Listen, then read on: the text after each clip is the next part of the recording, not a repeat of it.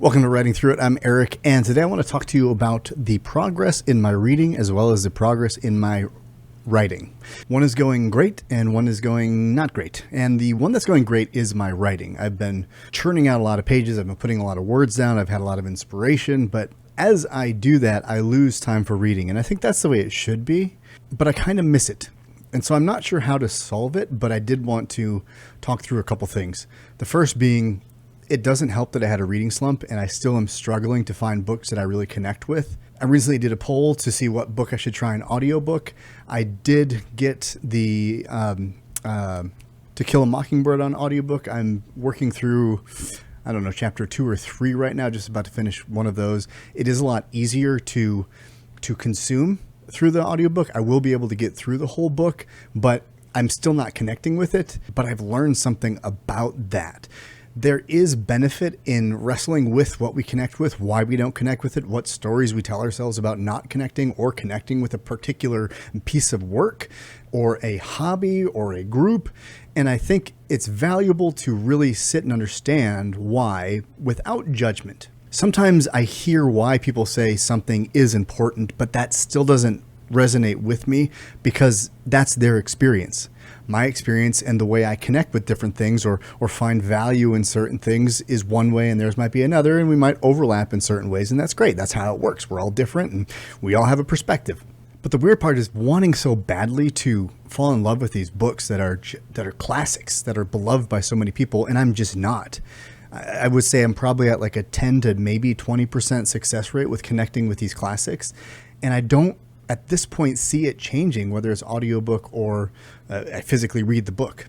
Nothing has changed. I will say that I'm going to get through it with the audiobook. I think that's a realistic thing that I've learned about myself. And if I want to consume it and just really understand the book itself and why I don't connect with it or do, audiobook's probably going to be the way that I go for these classics. But we'll see how it goes. And I have thoughts already, but I don't want to share them here about To Kill a Mockingbird because I want the whole thing to unfold, because right now in 3 chapters, my opinion, I'm only in the opinion phase. I don't know where it's going to go or how it's going to get there.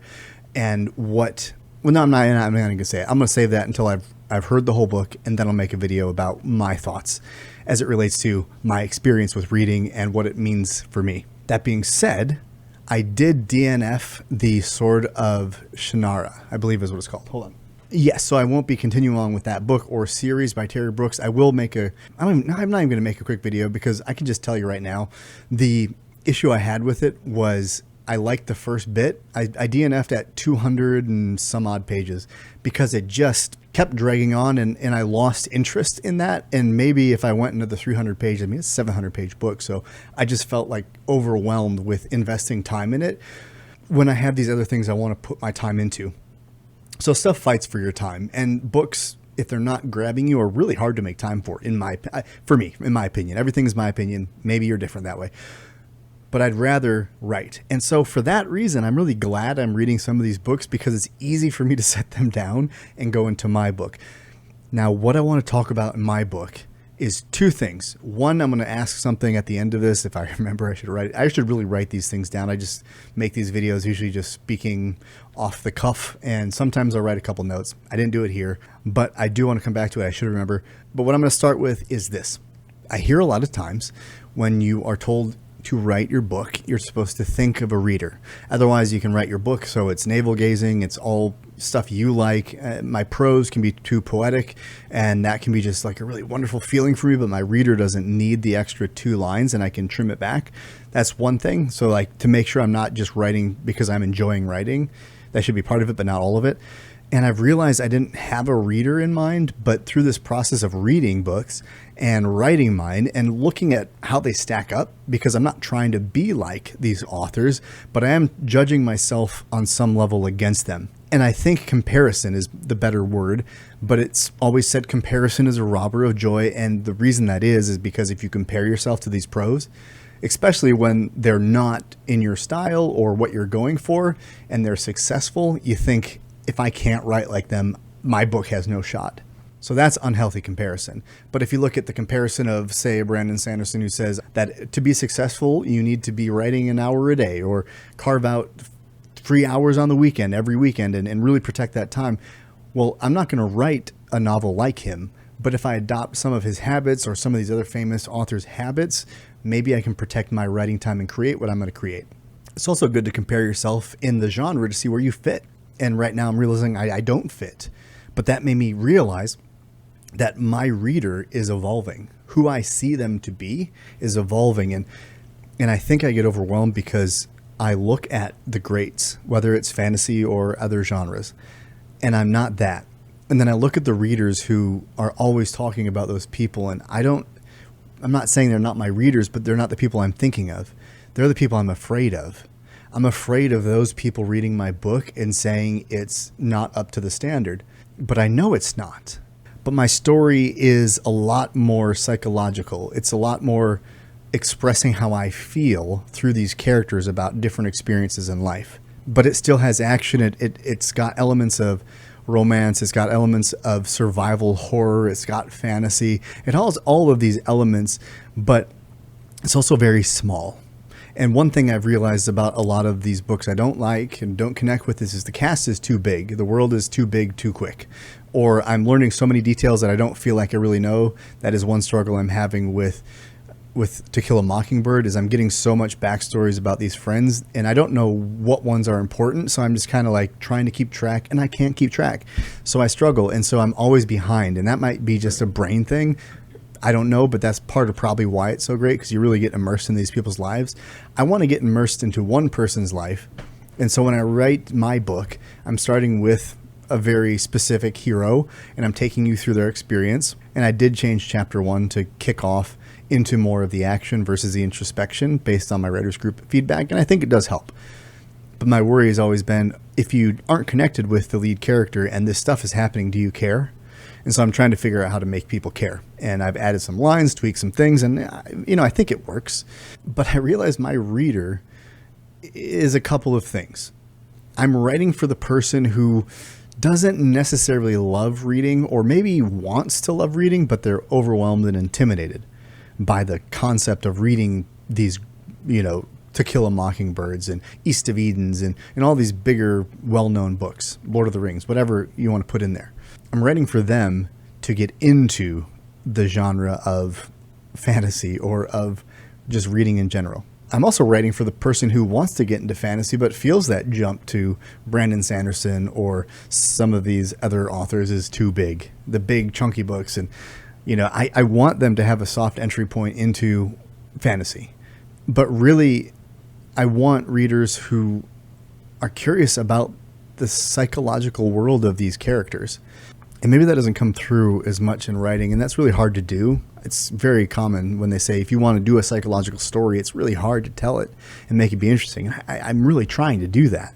So I'm figuring out who my reader is. And the second is, I kind of want to try something with you guys. And I want you to let me know if this would work, if you'd be interested in this. I was working with my friend, and I read it to him, the chapter 1, on a Zoom call. What I'm thinking is, what if I release a chapter of my book, the first chapter, and I read it to you on my YouTube channel? Would you be interested in that? And I'll probably do a poll after this video is out and ask if that's something you would be interested in hearing, and just to see what the book's about and if that would get you excited or not really. I'm just trying some new things, and it was super helpful to get it out there. But I'm in chapter 23 now, so I'm getting to that back part of the book. I've just gotten somewhere between 80 and 90,000 words written, and I don't know. I'm still trying to figure out how to pace it out to bring it. I just had this big moment, and now I'm going to slow it down, but then rise it again, hopefully. And I don't know if it's going to work. I don't know how I can beat that moment. And I don't know that it's my goal to beat that moment, but I got to give you something, a big moment that then gets you this fulfilling ending. And we transition to, that's a standalone or hopefully a book too. And the reason I'm contemplating doing this, reading a chapter on my channel, is not so much to get feedback, but it's more so to expose you to the process of what I'm doing and hopefully get you excited about it. But the main reason I'm doing this is because I want to test something. I want to see if it's an engaging way for you to hear part of the story, to get excited about it, hopefully. And what I want to do with this book is create a group and an opportunity for us to work together through the book and create a show, a podcast where we break down the hidden meanings, the psychology behind this paragraph and this chapter and this character's arc. And because there's a lot that I'm putting into it that I don't know if it comes across that way.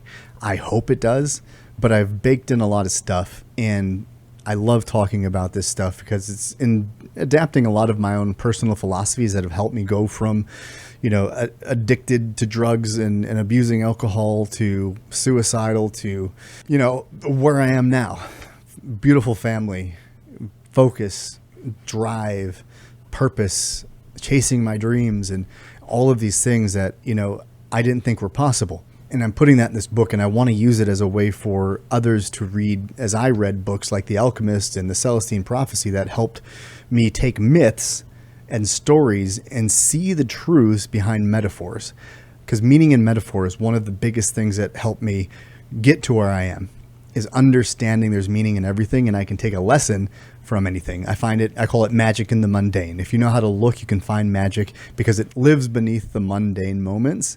And when you do that, the world becomes very magical. So that's what I'm trying to do, and use this book as a platform to leverage these conversations for those who want to get into that stuff, because I think it's important and it's a huge passion of mine. So it will always be important to me, whether it's not to someone else.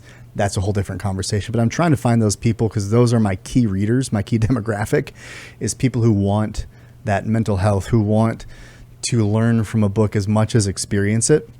And I hope to do that. That's my aim anyway. So I'd like to maybe read it to you and see if that's something that you'd want to join me for. And if not, that's cool too. But, we're just giving things a try, seeing what works, throw away what doesn't. But yeah, my reading has slowed down. And so have my reviews of these books. And there's going to be a lot more shift towards my writing and that kind of stuff, that process. And it's going to be limited on reading. But I'll still be reading. I'll still be reviewing. And right now I'm switching to, well, I'm not switching, but I'm adding in the next book in the Legend of Drizzt series by R.A. Salvatore. It's called The Legacy. I've read 6. I haven't found one I didn't like. So this is book 7, and I'm just really glad that I have that. And I hope to continue with those books and maybe shrink somewhat into the authors I really enjoy, and let this be a time where I just really drill into my own writing and finish this book strong. I don't know when I'll finish it. I am kind of struggling with, like I said, the ending a bit. I know the ending, but how I get there and what I want to happen with some of these characters, I'm really debating it right now. So I'm kind of taking the time. I'm kind of going back and polishing some things, getting familiar with where the arc is going, make sure I'm hitting all the stuff. So I really appreciate you guys, those of you who have stuck around and engage consistently. I really appreciate it. It's a tough thing to do alone, and I don't have a ton of people. I always say a ton, but that's like hyperbolic. I don't really have people that are understanding what I'm doing. And that's not like a victim-y, pity-me statement. That's just a reality, and you need to find those people. And so I'm glad for this, because this interaction has allowed me to get a group of people that are solid and invested and are partnering with me as I try to do this thing, and I help them try to do this thing. And creative resiliency is my thing, and creativity and creative resiliency. Those are 2 passions of mine. And I hope this takes me to a place where I can help you guys develop that in yourself if you're looking for it. So again, thanks for stopping by. I hope to see you in the next one. But until then, journey well, my friends.